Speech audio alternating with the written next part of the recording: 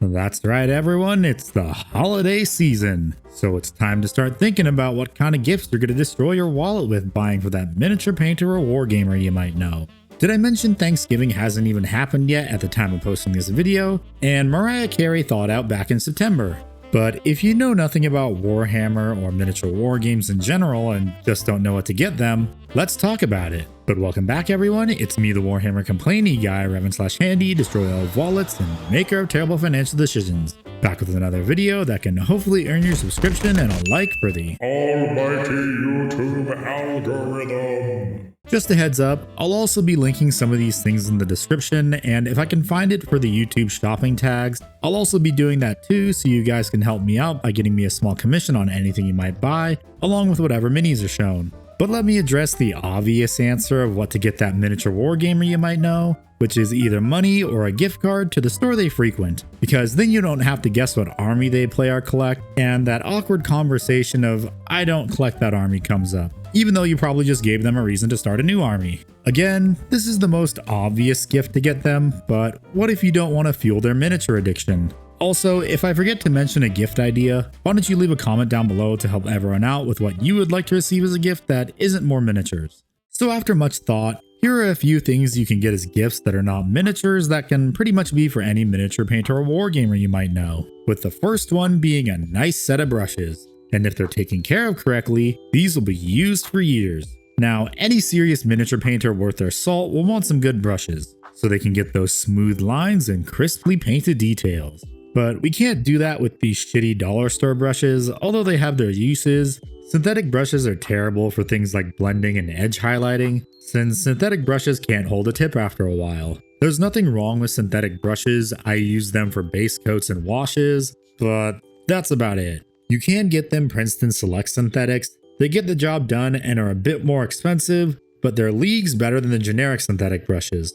But for the nice paint brushes, I recommend getting either some size 0 to 2 Rosemary & Co. Kolinsky Sable Series 33 brushes or Windsor & Newton Series 7 brushes. Also, don't get the miniature painting brushes, just get the normal watercolor versions because they're much cheaper and are way better. It's important I also mention that these brushes are expensive, like the size 0 is $39 and this size 2 is about $9, not as expensive as the Windsor & Newton, but honestly better. This size 2 brush has been my workhorse for years.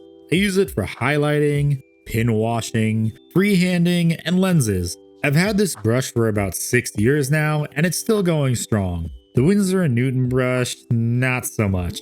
So I honestly recommend getting some Rosemary & Co. brushes, since they're cheaper than Windsor brushes, and you can get more than one brush for the price of one Windsor & Newton. But if you don't mind spending $127, get them a set of Artist Opus brushes, and they get 5 really good paint brushes and some brush soap. Speaking of brush soap, to take care of those nice brushes, get them one of these. It's a large tub of Masters brush cleaner. And believe me, this thing will last them for years. How do I know? Well, I ordered this one back in 2020 and I'm still using it, nearly 6 years later. Holy shit, I've been painting for over 6 years. But this is something I'm sure they would really appreciate, because good brush care is paramount for any miniature painter, since good brushes are expensive, so you want to make sure they last. This tub right here cost me $30, but like I said, it'll last a very long time.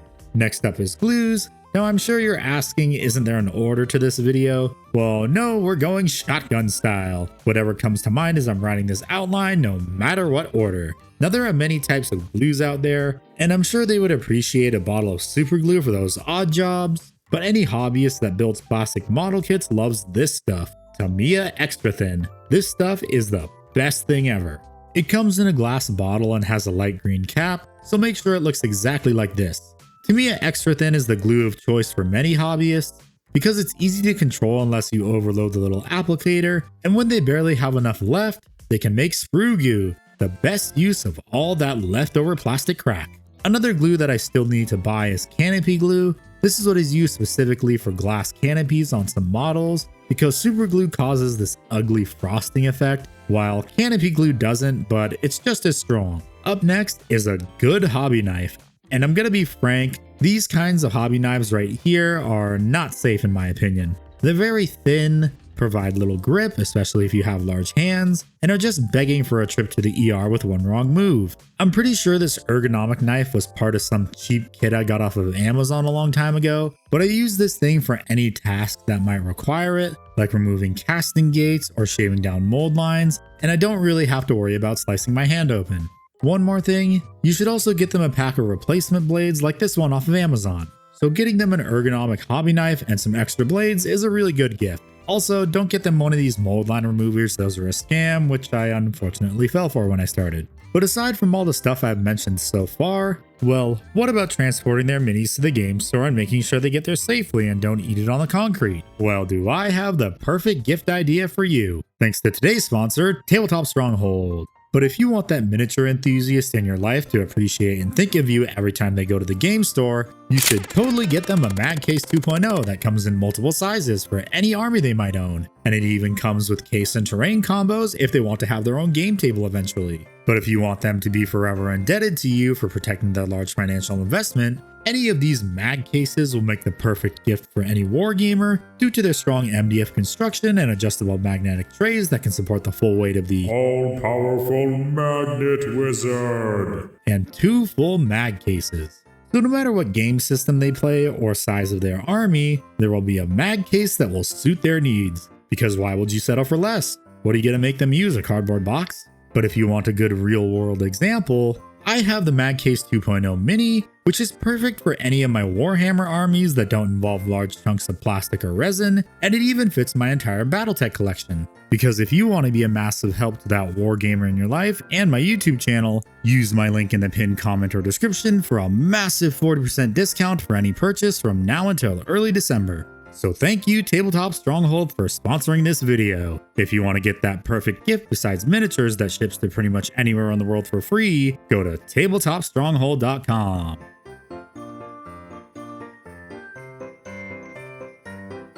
Okay, sponsor aside, any wargamer worth their salt will want a good carrying case. Because we spent hours painting these models, and we don't want them to break because some are more fragile than others, and foam carrying cases will eventually rub paint off the minis and also break the spiky bits on any model, since they get caught in the foam easily. Which is why carrying cases that use magnets are all the rage now, since they can fit just about any model they have, because foam carrying cases only have pre-made squares that might not fit various miniatures, unless they're specifically made for them like some of battle foams are. So maybe think about getting them a magnetic carrying case or just some sort of carrying case in general. Anyways, this next one aside from brushes will probably be one of the better gifts depending on how often they hobby, but get them a pair of God hand clippers if they don't have a pair already, or hell, get them one anyways because one wrong snip and they'll unfortunately break. These are some of the best hobby clippers out there because they were specifically designed for plastic model kits, more specifically Gunpla or Gundam, and the Gundam nuts swear by them for good reason. I still need to get me one of these because I've been using the same model railroad track cutters for 6 years now, but they get the job done.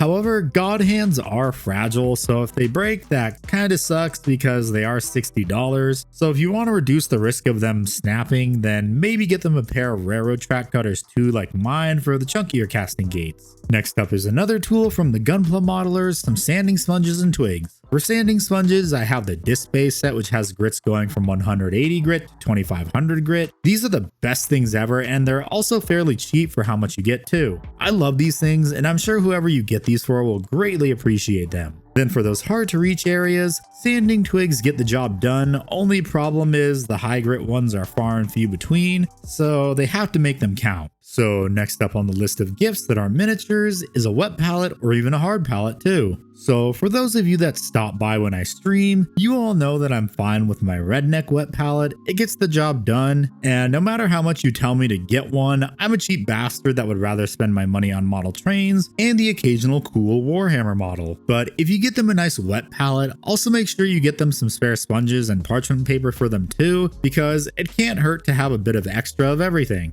Now, hard palettes palettes are also relatively cheap, so I recommend getting them a wet palette and a hard palette. But Red Grass Games and Army Painters wet palettes are a good place to start. Next up is a fairly obvious one because no matter how much they say I don't need this paint color is a total lie, because eventually they will get to that one painting project that requires that color and they don't have it. How do I know? Because I have been in this situation multiple times. Now before you go to Michael's and grab some crappy apple barrel paints or other brands, these paints are horrible and they're not really made for miniature painting. Go to a game store and either get them some Vallejo, Citadel, Tooth and Coats, or any other brand of miniature paints. Get them a set of Vallejo Metal Color Air paints because these are so much better than any other company's metallic paints, and you get a lot of paint for your money. Honestly, you could just pick them some random paints and they'll still appreciate it, because I'm not going to turn down some new miniature paints I don't have, because I might end up liking them if it's a brand I haven't tried yet. Because believe me, if I see a new mini paint brand, you can bet I'm going to buy a few to try, and so would that serious wargamer you might know. Now, because I don't want this video to be too long, I'm going to speedrun a few more gifts you should probably consider. The first being basic materials like rocks, foliage, and any other scenic materials. You can get a lot of this stuff for a decent price from a hobby shop that carries woodland scenics,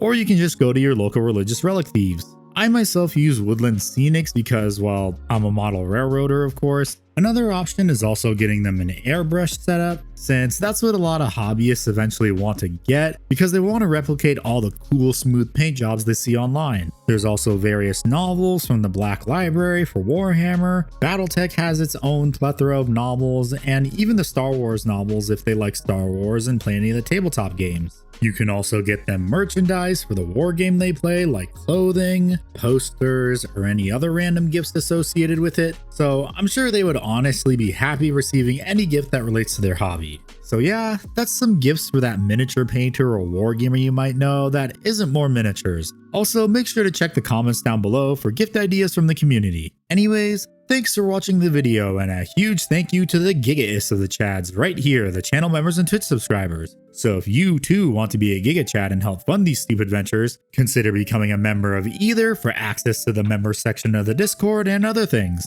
Remember to like, comment, and subscribe along with Super Hype if you're on mobile, but I have to go make more terrible financial decisions. So I'll see you all in the next video, and remember, when you play Warhammer, being poor is a choice.